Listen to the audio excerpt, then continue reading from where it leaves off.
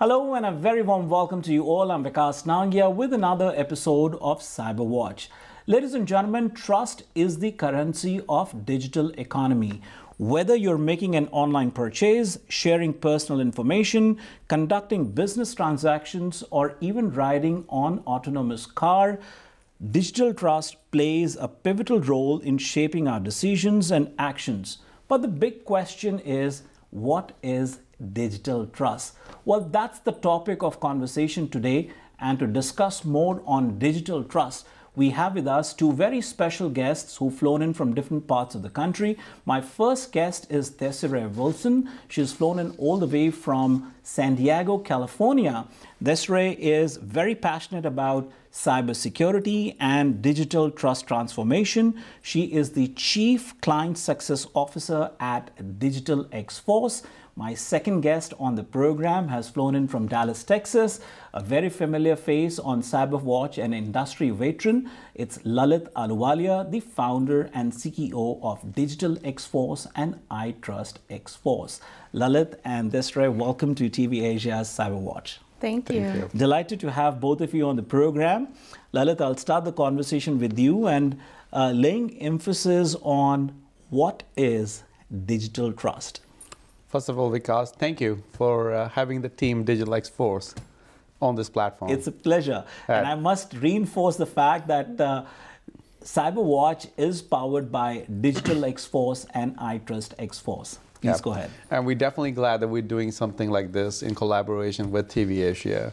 But more importantly, now we have Desiree Wilson, who, as you said, is the Chief Client Success Officer, but also more than that, the enabler of this digital trust platform. Right. The thing that you asked, what is digital trust? Right. Now, for the audience, it's not a fancy term. Think about like 30 years back, how much of a digital transactions did you do? And in what form did you do the digital transaction? So Vikas, go 30 years back.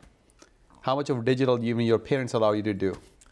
Well, we hardly did anything, but all I remember when we were shopping at any place, let me just tell you, when we were doing shopping at a grocery store, the most thing, whatever the person packed for us and had sent it to our home, the only factor that played the pivotal role there was the trust. Right. It is only the trust that we don't know what he's packed, what the quality was. It was the trust that mattered the most to us. Fantastic.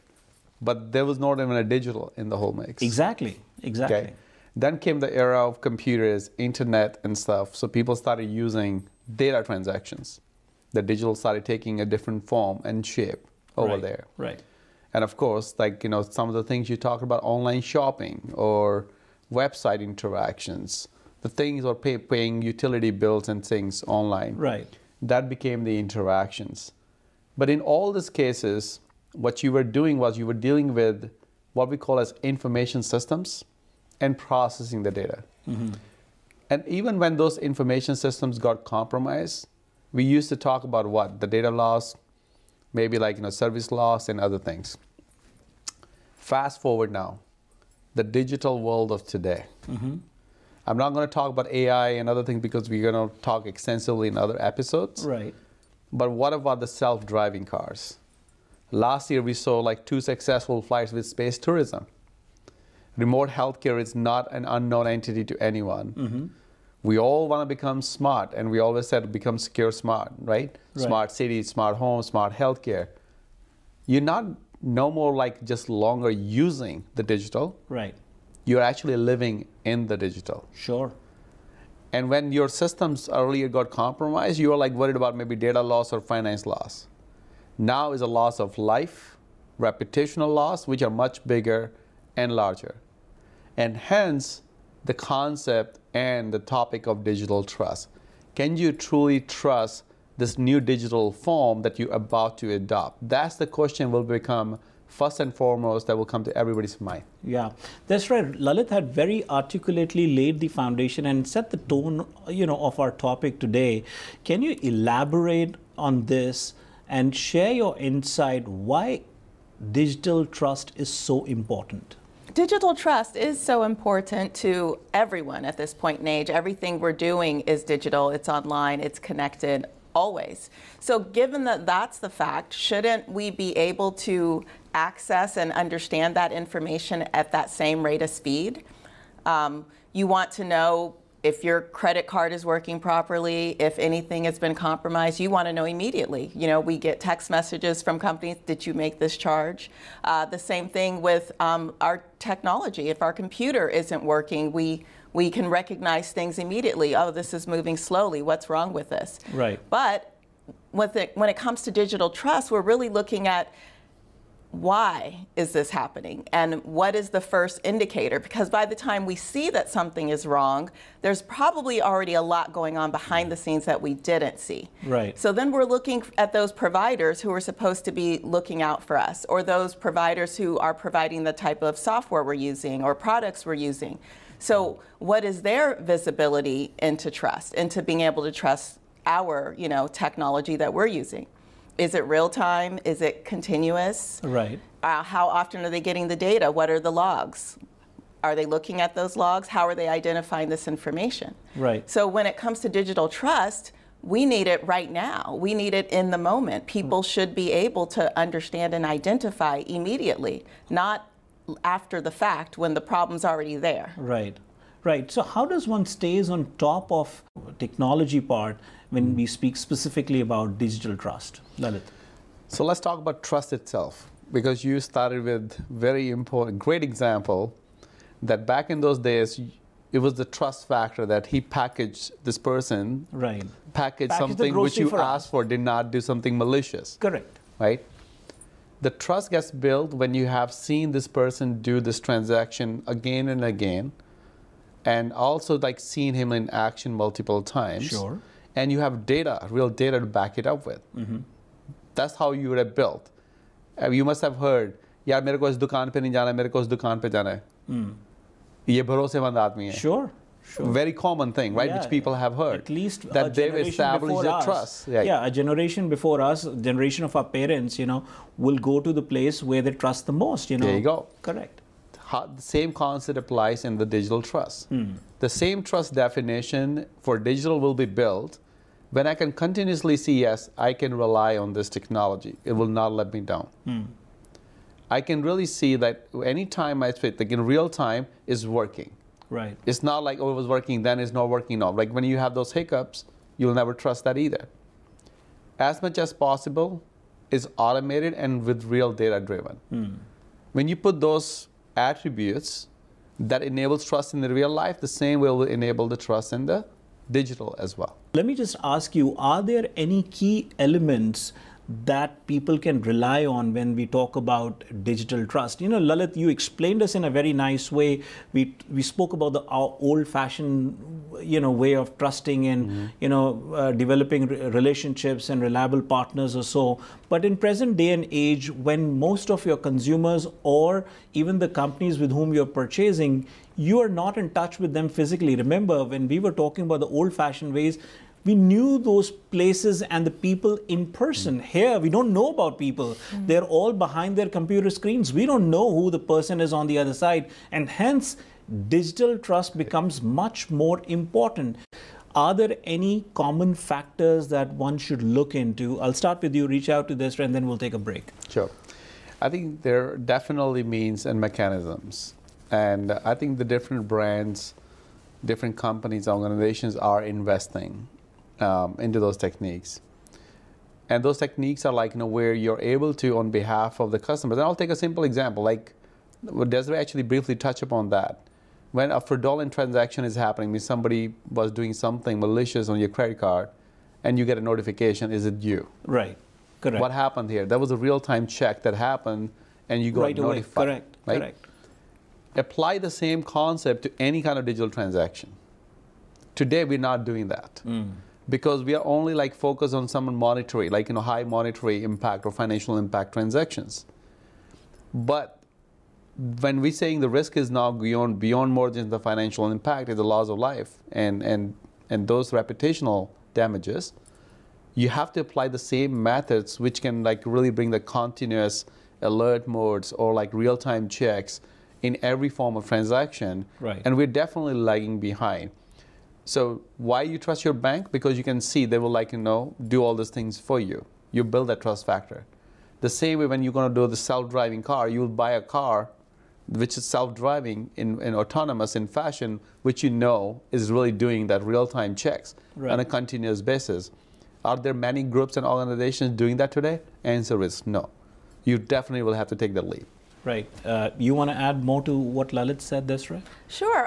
Something else I think of when it comes to digital trust is privacy. You look at, we all get them now, they're required on websites, those privacy notices, but do you read them? Do you know what information they want and how they're going to use it?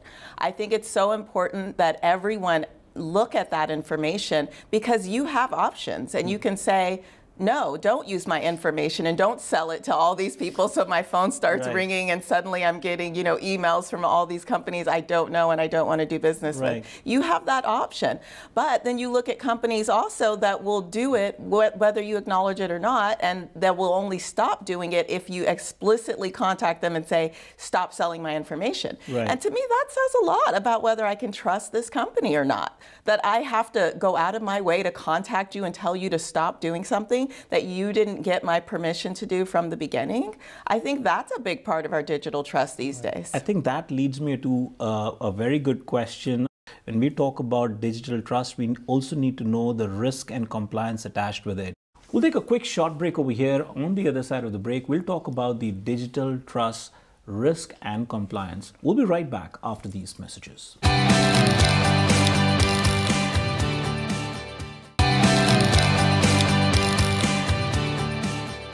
Welcome back. You're watching CyberWatch, ladies and gentlemen. Today with our guests on the program, Lalit Ahluwalia and Desiree Wilson, we are talking about digital trust.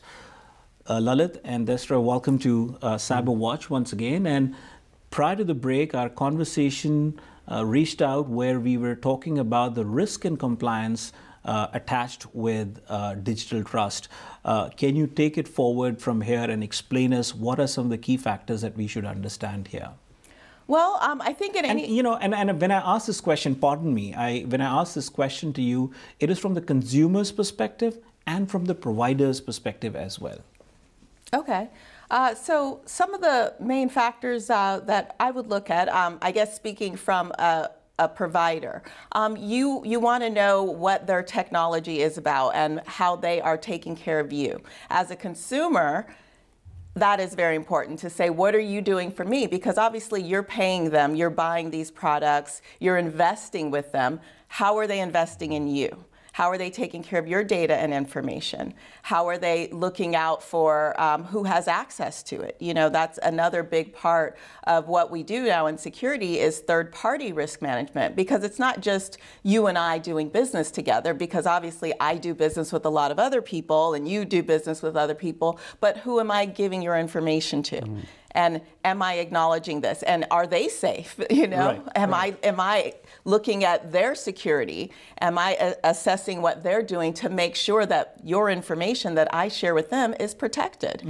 And in business, we do a lot of compliance, and you get these reports like SOC 2 or HITRUST if you're in healthcare, and they are designed to assess our internal implementation of security rules.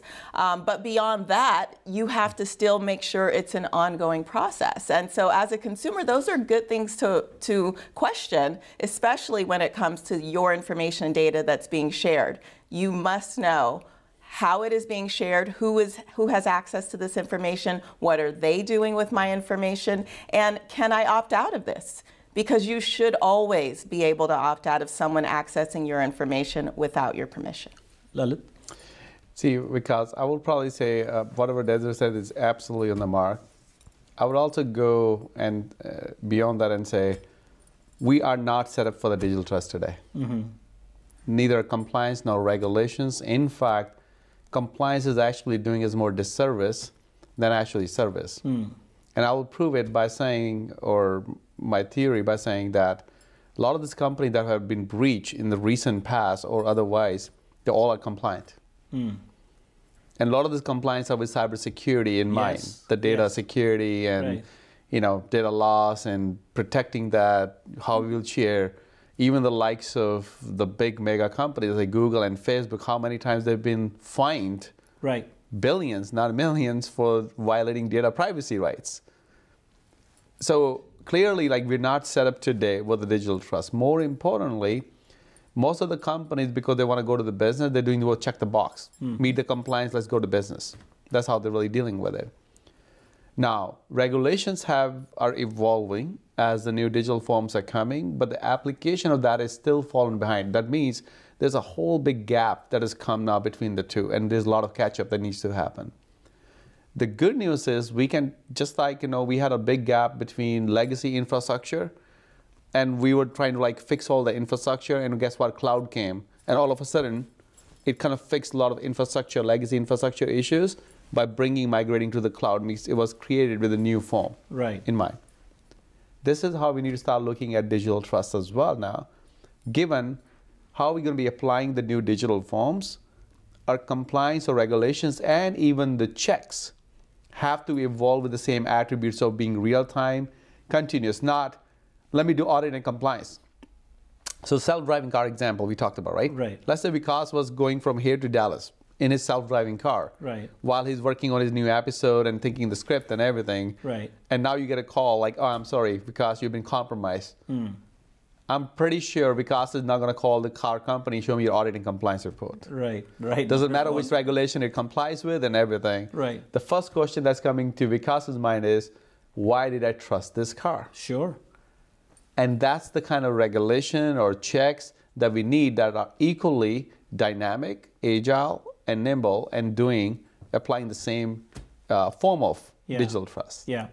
I also wanted to ask you, without going tangent to our conversation, a lot of times we all browse through certain websites, and when you are about to, close that window, it asks you, we are upgrading our technology, we are updating our technology, all those things. And so the data that you've used or the cookies used will be used towards getting it better. Should people participate in trust and give them and share that information? What would you say? I say no. I always say no to those things. But that happens with big companies as big as Google and Apple as well. Of course, yes. Facebook is a very common example of that. The thing is, again, like you said, you're about to close out of a site and you get this pop-up. You're in a hurry. You're busy. Right. Are you really going to click on the fine print, the terms of use, the privacy, and read those pages and pages? Well, no. the pages don't even come up. There's no disclaimer. Right. They don't come up. You've got to click. You've got to find it. That's why they hide it. You have to search for the information. What are you really doing with this data? How much are you really accessing? And what impact can it have, Lalit? What impact can it have? Huge. Yes. See, first of all, understand why they've been using it, because they want to monetize the data. Right. They will be using this for a variety of reasons which has been beyond their own controls, like marketeers. They want to, what do you think is the fuel engine? Let me ask you, let me step into the shoes of technology provider. They might just come up and say, well, till the time we do not get enough data from the consumers, how do we work on XYZ technology? They are actually counting on the feedback coming in from the consumer. So shouldn't it be somewhat may the consumer also be participating and giving them some feedback? Of course, and you can provide feedback, but when you say yes to those, broad reaching requests, you don't know what you're giving them. You don't know what data you're sharing with them. You could easily provide your feedback in a conversation, but it doesn't have to open someone up to everything inside of your computer. And that's the problem. It's like once you say yes, we don't know what all you're giving them access to. Right. Because I do want to touch on the question or the point you were trying to bring. Right. That how as a technology provider, I'm supposed to innovate when you're not willing to share your information. And I think that's a myth. So think of like a healthcare company will say, how am I supposed to work on the medicine if you all not ready to take the injections from me? They do clinical trials. Exactly. We do clinical trials, we get the volunteers, we get the data. Exactly. You are just freely accepting, like everyone is willing to take those shots for me and being the trial victims. Right. That's what you are today, internet victims or digital victims. Even the medical companies, especially the pharmaceutical companies, they don't accept everybody for clinical trials. Absolutely. You really have to qualify for a certain health condition. There you go. Then you go for clinical trials. So now they don't reach out to everyone. So what I was trying to help understand the audience here through your question is, It's not that they're not willing participants, right, but they have to be willing participants. That's the key word, willing participants, not forced participants. That to me is more a forced participation than a willing participation. Now coming to the point, like, what we should be doing to really enable digital trust. Mindset shift. Everyone has to really kind of hold each other accountable, especially the providers and themselves, both ways. If you're taking things, like I'm going to take the self-driving car example, right? You're expecting the car maker to really make sure that it's a secure car and it's functioning the way it should be. Did you ask the right question and check before you buying? That's your job as well. You cannot assume they will do those things. Viewers, it's time for us to take another short commercial break over here. On the other side of the break, first we'll take a look at the CyberWatch news flash, and then we'll resume back to our conversation. We'll be right back after these messages.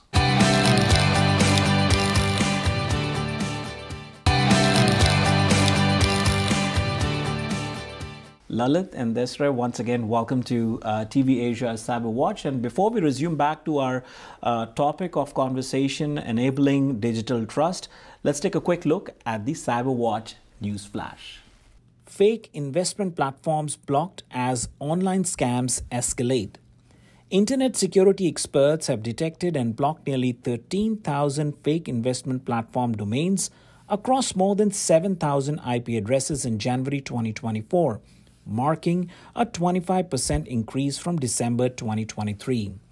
This surge coincides with the escalating threat of online investment scams, which preyed on unsuspecting individuals worldwide, resulting in over $4.6 billion in fraud losses in the United States alone in 2023, a 21% increase from the previous year. These scams often operate through sophisticated fraudulent investment websites, luring victims through email solicitations, social media posts, or deceptive advertisements. Cyber criminals employ tactics such as recruiting users through social media platforms or messaging apps where self-proclaimed experts or financial analysts tout investment opportunities, creating an illusion of legitimacy and profitability. That's right. I want to reach out to you over here and want to more precisely touch on the mandate of yours at DigitalXForce. The title creates a lot of curiosity. Chief Client Success Officer. You can only gain success when you gain the trust of the customer. How do you do that? Well, yes, you're right. And trust is very important. I would say the number one thing that I hold dear is do what you say you're going to do.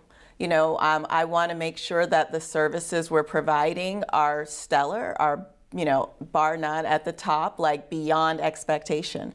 And how do I do that? By first getting to know my client and what are their needs. How can I achieve that? How can I go beyond that? Because people can tell you these are our problems, these are our issues, because problems are easy to identify. Right. But being able to identify the problems, solve the problems, but also prevent them in the future. And that is what I always try to do when I work with someone. It's not just address the obvious issue, but it's looking beyond that to the much bigger picture to say, I don't want this to ever happen to you again. And let's move on to, I've also noticed X, Y, and Z. So I believe clients want someone who can help lead them and guide them and protect and look out for them. And that creates the trust. So speaking of guidance, Lalit, building up on what Desiree said, how do you prepare your clients for the digital era? So the things that we are taking advantage of or disadvantage of both ways, the data and the automation, AI and techniques like that. Right. Those can be put to use to really also enable digital trust. So take point in time, right? Example, and I'm going to again simplify for the audience, health assessment.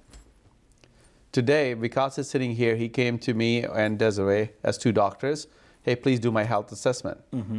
I'm here, regular doctor, asking Vikas a bunch of questions. Tell me, Vikas, how do you feel? Do you sleep well? Do you eat well? Do you do this? Do you do regular exercise? And Vikas answers a bunch of questions to me, and I'm basically giving you a health assessment. Right.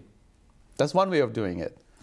You came to Desiree, and Desiree just ran all your blood checks and MRI and everything, what do you think has a better success rate in assessing your health? The one that was quantified with the real data, right, and if possible added more automation and intelligence to it, right, she probably has a better handle of diagnosing you for something which might be really prompting up. Sure. This is why I really feel the way you should start doing things is better start quantifying, have better data insights, be able to do that in a quantifiable format.